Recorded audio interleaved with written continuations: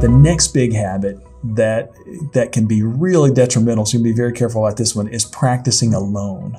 So remember that you are your own worst critic. So when you practice alone, especially if you're in front of a mirror, you're going to nitpick every single thing that you do wrong. You're going to be overly critical of yourself. And in addition, when you practice alone, you're not going to get any of the feedback from the audience to tell you how well that you're communicating. So a better way to practice is to practice with a friend or a coworker. So this is where people go, whoa, Doug, wait a minute. You just said that friends and coworkers are terrible coaches. So now you want us to practice with them?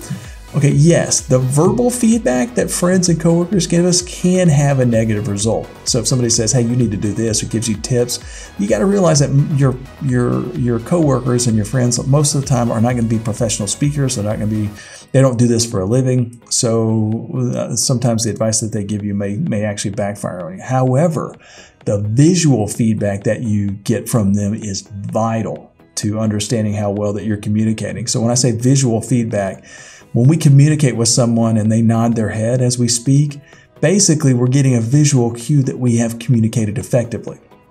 So when we say something that is confusing, the opposite will happen. We'll see that on the face of the listener. They'll go, give you that weird kind of face. So those visual cues actually allows us to make appropriate adjustments to our speech.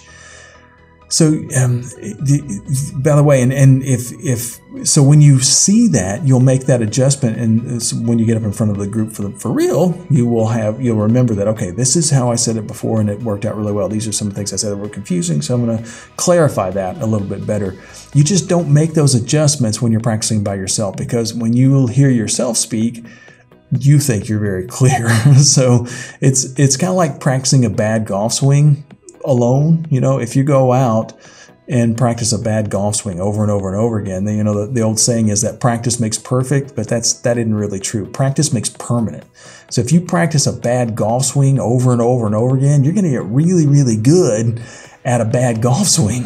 And if you practice a presentation alone, you're going to get really, really good at delivering a bad presentation. Or at least there's a potential for that anyway. So it's better to practice once or twice with at least one person listening to you, and you'll be able to make the appropriate adjustments to the presentation to increase your communication somewhat.